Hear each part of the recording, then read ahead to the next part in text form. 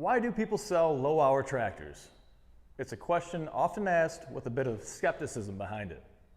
And it's a fair question too. So I made a video recently about high-hour tractors. What constitutes high hours? And it's a very subjective topic. You're gonna have a wide array, a wide range of answers there. So after you're done watching this video, make sure you check that one out.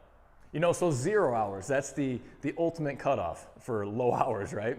So we have that firm determination or that starting point there, and anything above that, well, somewhere along those lines, it goes from being a low-hour tractor to a high-hour tractor. Where that point is, I have no idea. It's all subjective as well, but I can tell you there's going to be a far smaller range of what's considered to be a low-hour tractor versus what's considered to be a high-hour tractor. Certainly the closer you are to zero, the lower hours it is, right? Being a tractor dealer like I am, I have the opportunity to buy a lot of equipment all the time. And I've heard of many different reasons over the years, and then there's a handful, less than 10 or so that are very common and you hear over and over and over. A long time ago, I used to be one of those skeptics wondering, why are these people trading in such low-hour equipment? What's going on there? What's the story behind that? Over time, I became less concerned about that as I heard those same reasons repeated over and over and got the equipment in and looked it over and it ran great and it still worked just like it should. It looks great, everything else. So I don't think that there's really a hidden, negative reason typically behind a low-hour tractor. There's a lot of very legitimate reasons that folks are selling their tractors, so I really wouldn't worry about buying somebody else's problems. Hey, so I know this is not an exhaustive list, so I'd love to hear the other reasons for low-hour tractors. So if you've got a different reason, leave a comment below. I'd love to hear about it. I'm going to tell you the most common reason, the most popular reason for trading in or selling a tractor a little bit later on, so make sure you stick around. Hey, and if you haven't done so yet, what are you waiting for? Hit that subscribe button below. It's completely free. Just hit subscribe. You'll get the notifications of the new videos. Give me a thumbs up. Give me a thumbs down. Make sure you read that description, okay? Links to my Amazon store, links to my website. A lot of good products, accessories for your tractor, for your homestead. Can help you with a tractor, can help you with an attachment, can help with delivery and financing too. So here you go in no particular order. So the first reason that somebody might be selling their tractor is because of a life change, okay? So take this tractor right here behind me. That's my 4066R. I don't want to sell it, but I've got it for sale right now. We are actually moving from our current house, planning to move to a new house with some acreage, that kind of thing. Yeah, this tractor will be perfect for that, but I'm trying to sell it to free up some cash, just make that move, that transition easier. And part of me is regretting that decision, and maybe if somebody doesn't act too fast, well, that opportunity might be gone. I might just pull it off the market, but that's a very legitimate reason right there. You're just looking to free up that cash that you have tied up, and that may not really apply to somebody who has their equipment financed, but if you've got, 40 some grand that's tied up in a machine and they're looking to use that for something else, that's a pretty legitimate reason.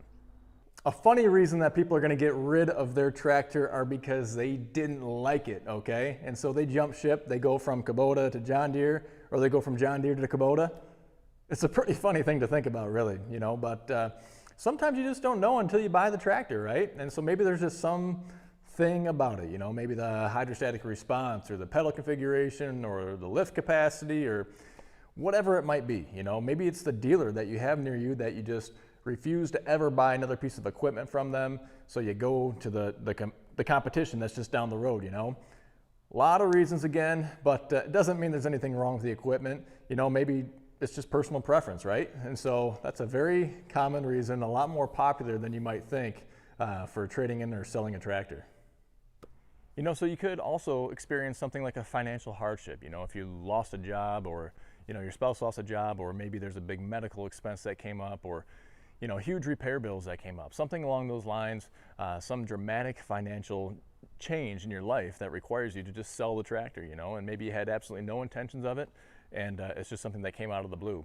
And honestly, that's one of the big reasons that I kind of steer folks towards those used tractors, are because, when these guys buy tractors that are brand new and they're only 1 year old or less than a year old or a year and a half old, and they have to sell them, well, guess what? If they finance that whole amount new, they're going to be underwater, and they're still going to have to cough up more cash typically to try to break even on that loan and get it fully paid off. And so financial hardship is a real thing. Nobody expects it to happen. I mean, look at the COVID pandemic that's going on right now. 6 weeks ago, the economy was sky high. Everybody was just living great, living the high life.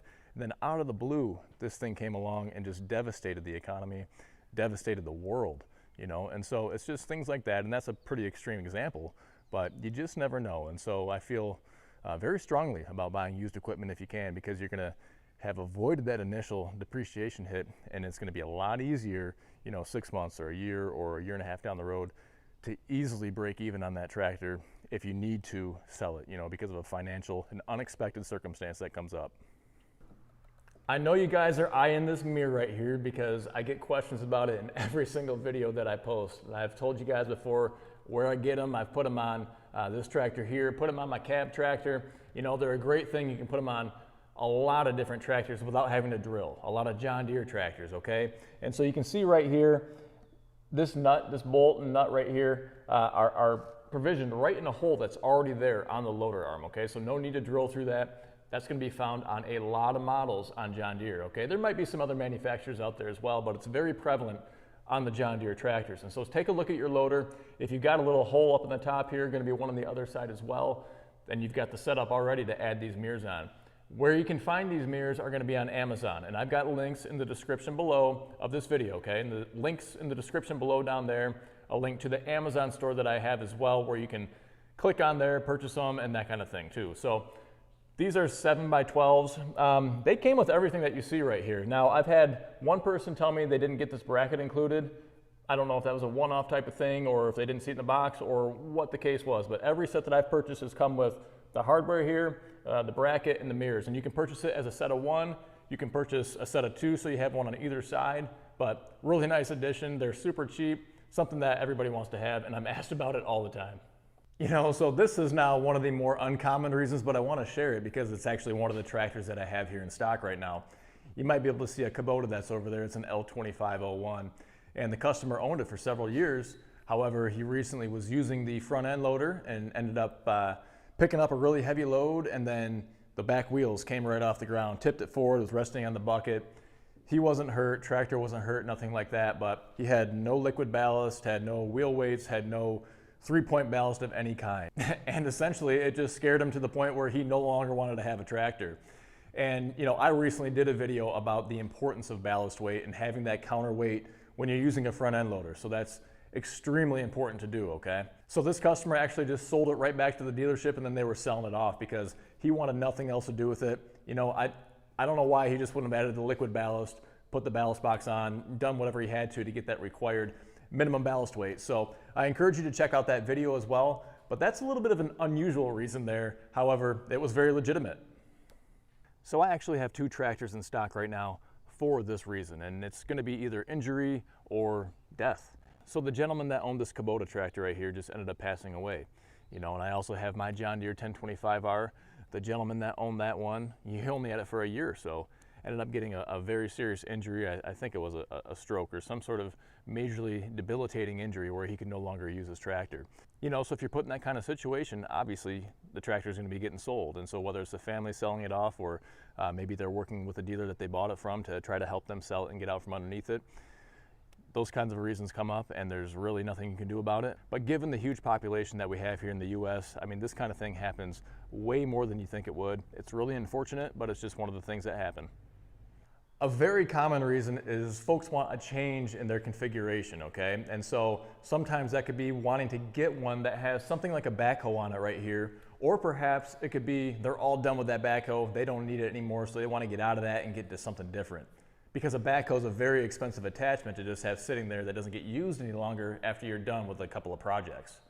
Yeah, that might have made the overrated list that I did recently as well.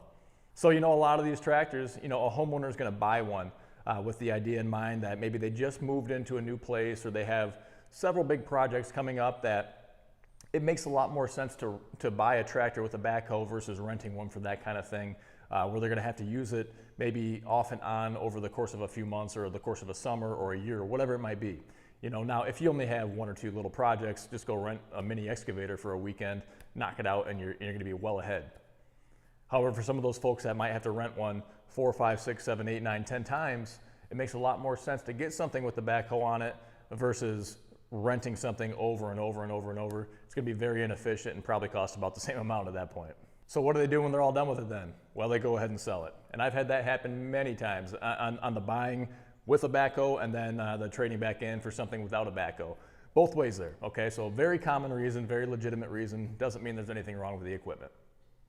Man, I tell you, a factory cab is where it's at. And that is a very popular reason that folks switch tractors. Get rid of their open station, get into a cab, you know?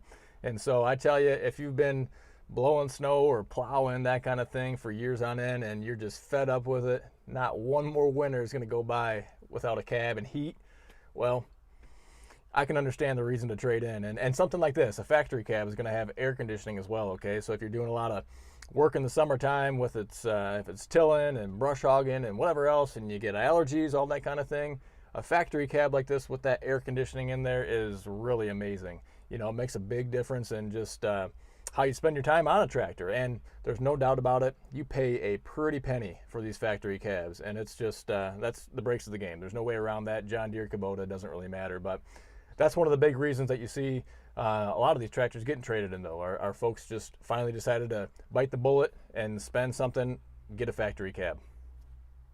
So another very popular reason is simply just wanting to upgrade to the latest and the greatest, okay? And an example of that is going to be the 2 Series in John Deere. You've got the classic style of 2 Series, you've got the remodeled, the redesigned style of 2 Series, okay? And so they really made a lot of drastic improvements, well, along with drastically increasing the price point.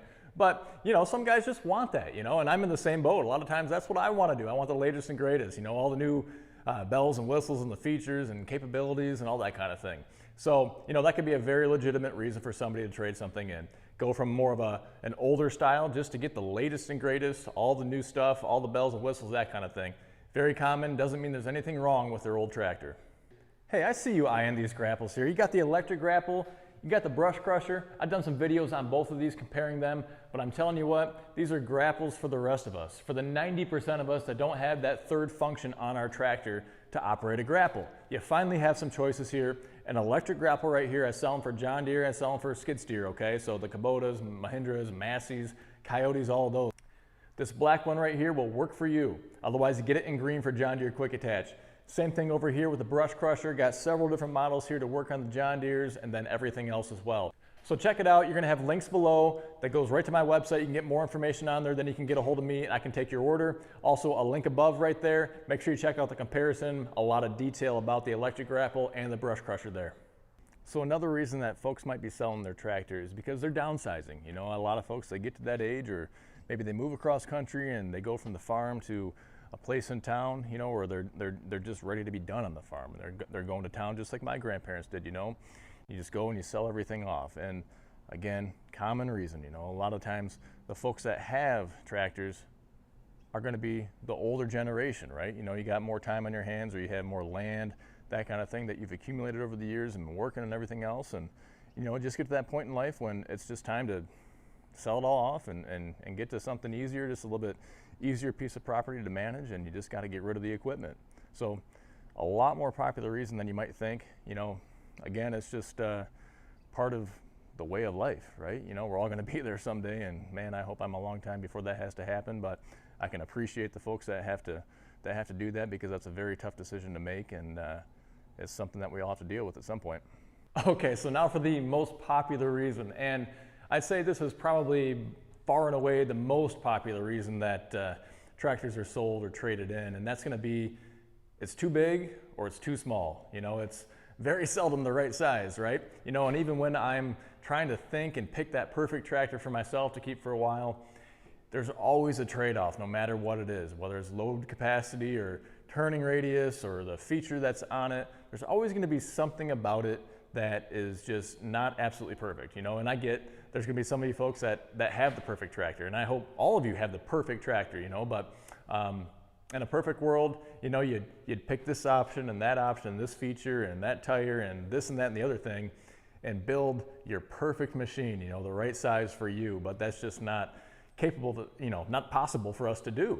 And so you got to make some sacrifices, some trade-offs, and sometimes that can be a learning curve where you do have to go through 1, 2, 3 tractors. I try to be very, very I don't know, almost annoying with my customers because I want to make sure that they're getting that right tractor the first time for them. And it just doesn't always work out. It almost always does. I would say that most of my customers are pretty darn happy.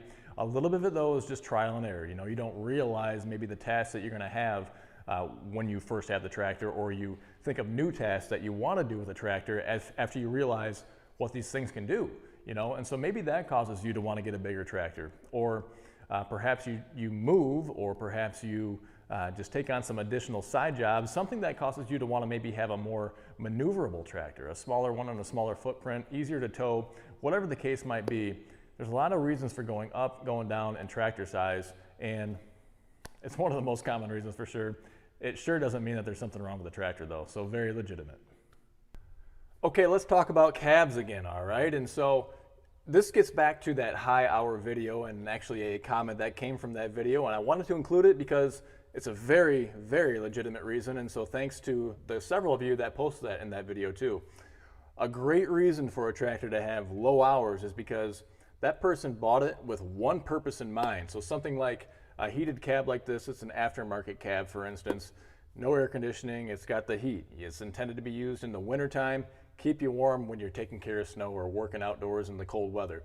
And a lot of those folks, and a lot of folks in general, are buying tractors simply to use in the wintertime, you know, just to clear your drive, maybe clear your drive and the neighbors, clear your drive and your private road that you're on, that kind of thing. Just something for that specific purpose. And it doesn't have to be, you know, a cab in wintertime. It could be one purpose in the summertime or the spring or the fall or whatever it might be. You know, some folks just buy a tractor because they want it and they're going to use it for that one thing, and that's it. Pretty legitimate to me.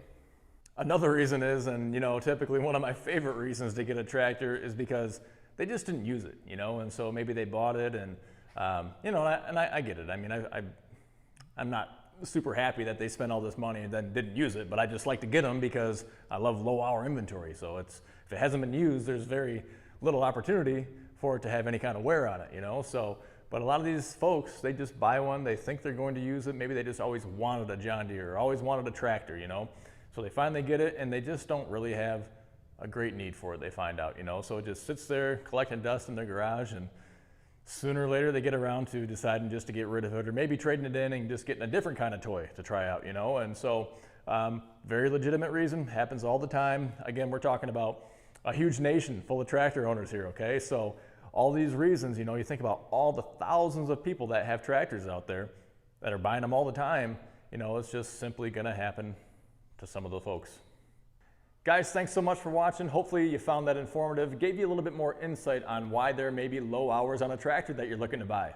Not everything is a lemon out there. There's a lot of legitimate reasons for selling those low hour tractors, and this gives you a good insight into what a lot of those reasons are. Again, hit that subscribe button below if you would. Make sure you check out the other videos on my YouTube channel. Would love to have you follow along. Have a great day.